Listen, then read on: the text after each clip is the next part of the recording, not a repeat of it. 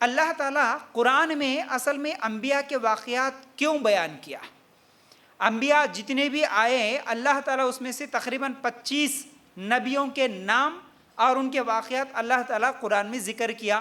حالانکہ تمام انبیاء جتنے بھی نبی آئے وہ تقریباً 1,24,000 کے قریب اتنے انبیاء اللہ تعالیٰ نے اس دنیا میں بھیجا، لیکن اس میں صرف 25 نبیوں کا ذکر قرآن میں آتا ہے۔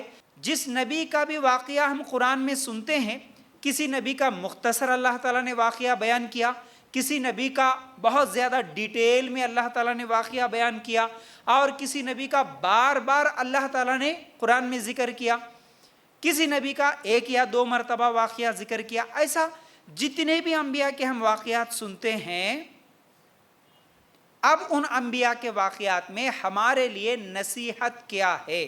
تو انبیاء کے واقعات کیوں اللہ تعالیٰ نے بیان کیا، اس کا ایک جواب ہمیں ملتا ہے سورہ یوسف آیت نمبر 111 میں۔ اللہ تعالیٰ فرماتا ہے لَقَدْ كَانَ فِي قَصَصِهِمْ عِبْرَةٌ لِأُولِي الْأَلْبَابِ۔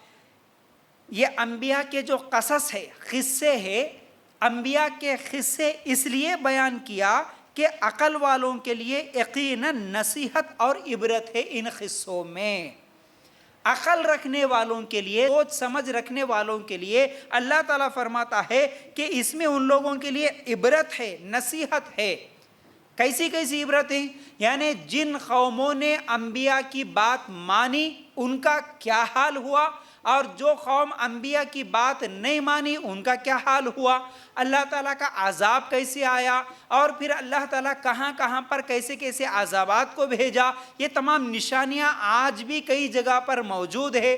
اور انبیاء کی زندگیاں، اصل میں اللہ تعالیٰ انبیاء کو جو بھیجا، نبیوں کو بھیجا، لوگوں کو، پوری انسانیت کو ایک اللہ کی طرف بلانے کے لیے، ایک اللہ کی عبادت کی طرف بلانے کے لیے، اس دنیا سے ظلم کو ختم کرنے کے لیے، اس دنیا میں امن و امان اور انصاف قائم کرانے کے لیے، ہر طرح کے گناہ سے بچانے کے لیے اللہ تعالیٰ انبیاء کو بھیجتا رہا۔ سب سے بڑا گناہ تو شرک ہے، شرک کو ختم کرنے کے لیے، لوگوں کو توحید کی دعوت دینے کے لیے نبیوں کا سلسلہ اللہ تعالیٰ ہمیشہ بھیجتا رہا۔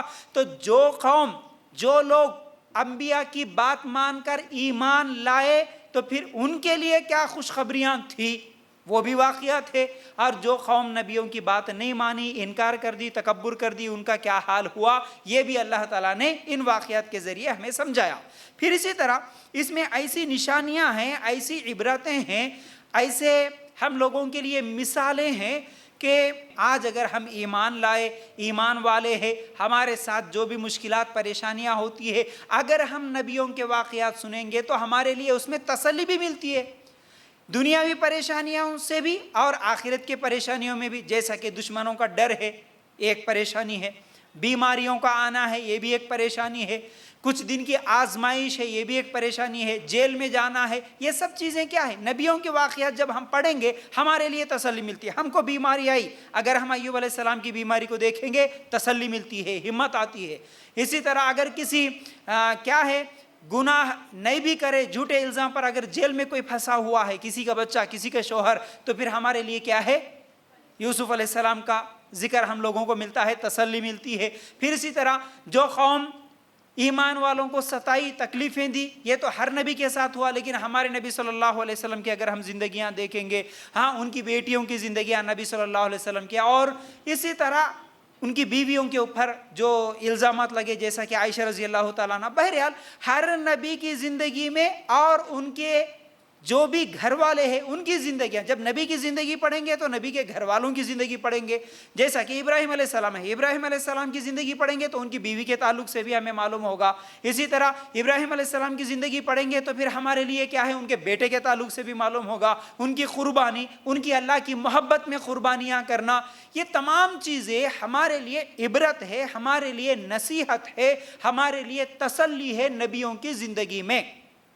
اور نبیوں کو اللہ تعالیٰ اس دنیا میں بھیجتا ہی اس لیے کہ ہم ان کی اتباع کریں، ان کو فالو کریں، ان کی زندگی سے نصیحت لے کر ہمیں اصل میں سیدھا راستہ کیسے معلوم ہوگا، ہماری زندگی کا مقصد کیا ہے۔ ہمارے لیے دنیا ہمیشہ کی چیز نہیں ہے، کیونکہ مشکلات، پریشانیاں، غم، تکلیفیں تو نبیوں کو بھی آئی، اس کے باوجود بھی وہ کس کے لیے محنت کرے، کیسی زندگی گزارے۔ ایک مسلمان کا اصل مقصد جنت ہوتا ہے۔ یہ تمام چیزیں اگر ایک ایک کر کے بتاؤں تو بہت ساری چیزیں ہیں۔